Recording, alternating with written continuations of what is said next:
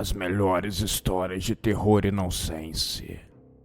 Se acomode e venha comigo.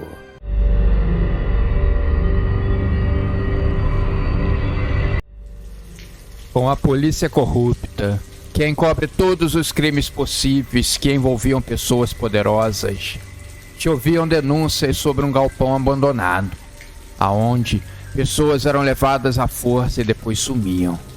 Pessoas que estavam à beira da morte, pessoas que estavam à parte da sociedade como moradores de rua.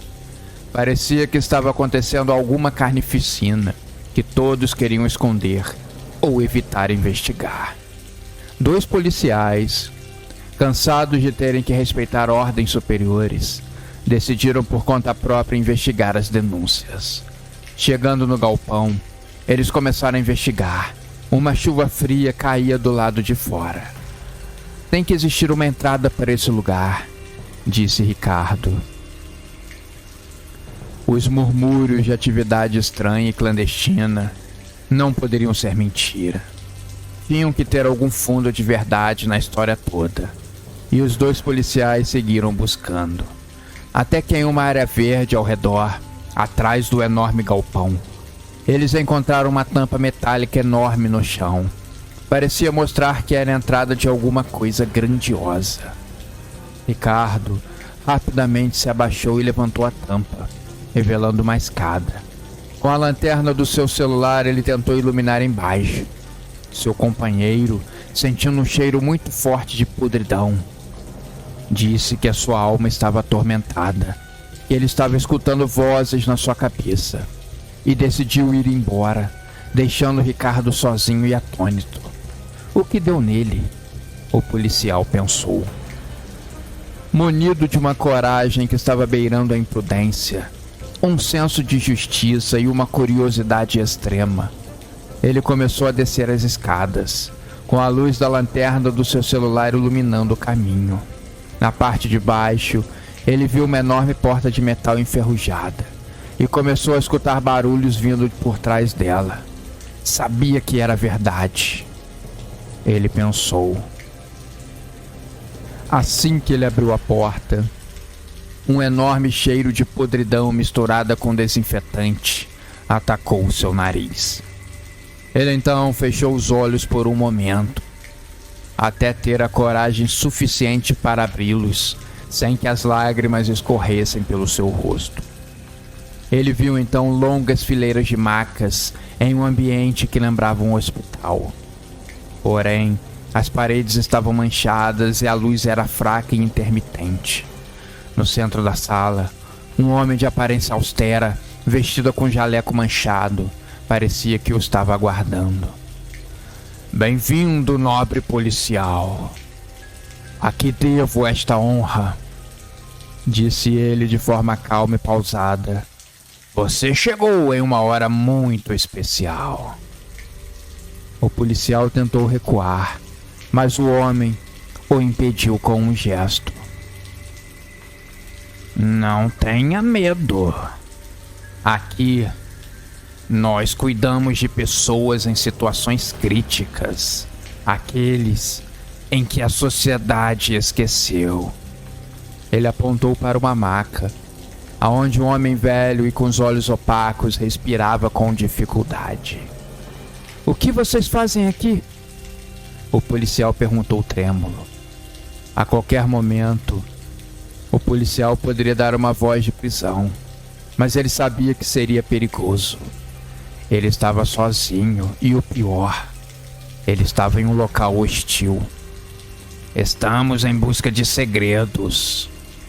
Quando a vida de uma pessoa está prestes a se esvair, os moribundos revelam verdades que podem mudar o mundo. Algumas verdades podem ser devastadoras. É assim que vamos encontrar o segredo que vai levar esse mundo à ruína. O policial escutou um homem gemendo e um enfermeiro correu para lhe dar uma injeção. Depois colocou um aparelho perto da boca do paciente. O homem pareceu balbuciar algumas palavras e então, depois de alguns segundos, se calou. O enfermeiro levou o equipamento embora e apenas disse 2 palavras: o homem morreu. O policial estava em choque e o diretor revelou um sorriso maligno. Você não entende, policial. O mundo está cheio de mentiras. A calamidade se aproxima. Quando o policial tentou se afastar aos poucos, dando a entender que ia correr e sumir daquele lugar, várias mãos o agarraram por trás. Você não pode ir embora. Você já está aqui e nós precisamos de você. O diretor fez um sinal para os enfermeiros, que rapidamente despiram o policial e colocaram um avental nele. Com uma prancheta, um outro enfermeiro anotava algumas coisas. O diretor então falou: quero ouvir os seus segredos, policial. Acredito que você tenha coisas importantes para nos revelar. O policial, protestando, foi colocado e amarrado em uma maca, a sua resistência desmoronando frente ao medo colossal que estava sentindo naquele momento. O homem na maca ao lado começou a falar. Parecia contar algum segredo. O verdadeiro segredo só os que governam sabem. Mas eles têm medo. E a escuridão, ela se aproxima. O diretor sabia que estava cada vez mais perto da verdade, o segredo que ele tanto buscava. Mas antes que o homem conseguisse prosseguir mais, ele morreu, deixando seu braço direito pendendo na maca. Morreu antes de revelar tudo. Uma pena. Agora você, policial, revele os seus segredos. Precisamos saber. O mundo depende disso.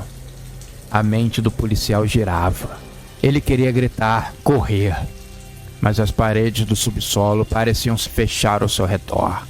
O diretor observava satisfeito, como se estivesse esperando que Ricardo compreendesse o peso da verdade.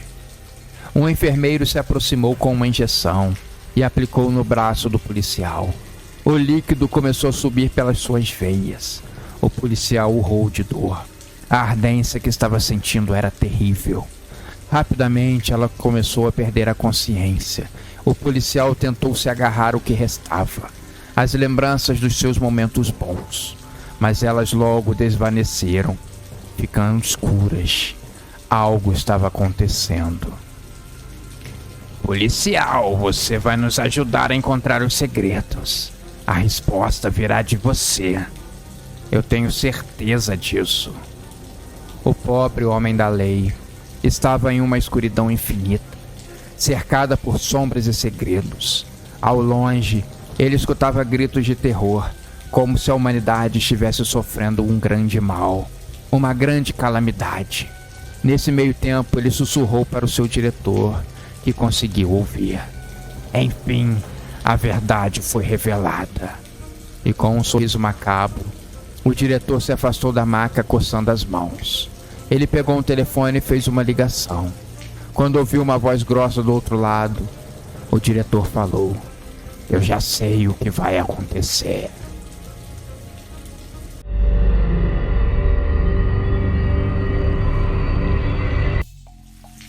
Joana havia sido chamada para aquele velho hospital afastado do mundo. Ela nem tinha possibilidade de recusa. Recém-formada, ela acabava pegando sempre as piores situações. Esse hospital ficava no bairro mais afastado e carente da cidade. Estava caindo aos pedaços. Ele foi por muito tempo esquecido e abandonado pelas prefeituras. Todo mundo que trabalhava na medicina sabia as condições dele e evitava ao máximo ter que ir para lá. Evitavam o hospital como o diabo evita a cruz. Mas Joana, esperando a sua primeira oportunidade de emprego, estava indo para lá. faria o turno da madrugada, o que era ainda pior. De madrugada, as pessoas falavam que o lugar era amaldiçoado e fantasma. Tudo para dar ares mais sombrios e desesperadores àquele lugar. Depois de mais de um mês trabalhando em condições precárias nesse lugar, como enfermeira, Joana sabia que devia obediência aos médicos e só queria saber de se esconder em suas salas e esperarem o turno passar. Só os piores médicos eram enviados para lá, os loucos, os degenerados. Joana sabia que precisava tomar muito cuidado. Sobre os barulhos estranhos, ela ouvia portas rangendo, gritos imaginários vindo da UTI. Mas o pior, algo que ela morria de medo e tentava evitar a todo custo. Um médico imaginário que andava com um porrete na mão. Ele tinha os dentes metálicos e soltava uma risada que arrepiava sua espinha e deixava as suas pernas bambas. Era talvez a única coisa que ela tinha medo daquele lugar. O ser humano se acostuma com as coisas muito rápido e ela já se acostumou com o sinistro, menos o médico. Ela chegou a perguntar aos outros trabalhadores se conheciam a figura fantasmagórica, mas todos eles davam de ombros, como se fosse normal ou se não soubessem uma coisa ou outra. Ela nunca soube responder muito bem. Depois de algum tempo, ela começou a ouvir alguns sussurros e pedidos de ajuda. Ela, quando estava com mais tempo, as seguia em busca de alguma coisa. Havia visto em um filme uma moça ajudando um espírito que tudo o que ele queria era poder descansar em paz. Mas Joana não tinha achado nada até então. Mas determinada, ela continuou procurando pelos registros médicos, pacientes. Mas quando foi fuçar direitinho na história do hospital, ela leu algo intrigante. Muitas décadas antes, aquele hospital havia sido um sanatório importante na cidade e na região. Recebia pacientes de diversas cidades. Olhando o registro de mortes, algumas nem estavam assinadas. Parecia um número elevado para Joana. Embora ela não conhecesse qual número deveria ser o certo, mas ela notou um certo padrão na quantidade de mortes. Ele sempre baixava um período. Na época do frio, coisa que ela estava agora. Na época do frio, o número de mortos triplicava. Estariam as pessoas morrendo congeladas? Na tranquilidade da sua casa, ela conseguiu pesquisar melhor sobre o sanatório e descobriu que havia um médico que tinha sido preso. Ele estava torturando física e psicologicamente os pacientes, tentando criar métodos revolucionários para a cura. Segundo a história dele, acabou morrendo isolado em uma cela da cadeia. Dizem que alguns presos fizeram isso com ele, o matando sem dó e nem piedade. O sanatório era gerido pela prefeitura, que tentou tirar todo o problema das suas costas. O sanatório fora fechado e anos mais tarde reabriu como hospital. Mas as pessoas que viveram próximos dali na época sabiam que não era uma boa ideia. O prédio deveria ser demolido e ter sido criado outra coisa no lugar. Uma avó de Joana certa vez tinha falado com ela: os mortos sempre voltam aos seus lugares que eles mais frequentaram na vida. É uma espécie de saudade. Aquele pensamento não deixou Joana dormir de noite, sendo atacada por pesadelos terríveis. No plantão seguinte, Joana atendia uma senhora quando foi surpreendida pelo espírito do médico maligno. Ele surgiu sem as órbitas dos olhos e com uma aura de terror demoníaca e sinistra. O médico a carregou para uma sala reservada. Ela tentou gritar, mas nada saiu da sua boca. Ela estava presa em um abraço mortal. Ele sussurrou em seus ouvidos, com aqueles dentes podres e metálicos: eu preciso de sacrifícios. Ou então, você que será o meu sacrifício. E não adianta fugir. Eu sei aonde você mora. Naquele dia, Joana entendeu que era ela ou alguns pacientes em estado terminal. Ela sabia que não era o certo, mas precisava preservar pela sua vida. Agora, ela entendia o alto número de mortos, justo na época mais fria do ano. É quando o espírito aparece e está com mais fome. A escolha nunca tinha sido tão fácil, e o médico olhava orgulhoso o cultivo das suas almas, enquanto Joana, de certa forma, estava se adequando às regras e normas daquele hospital, assombrado e abandonado.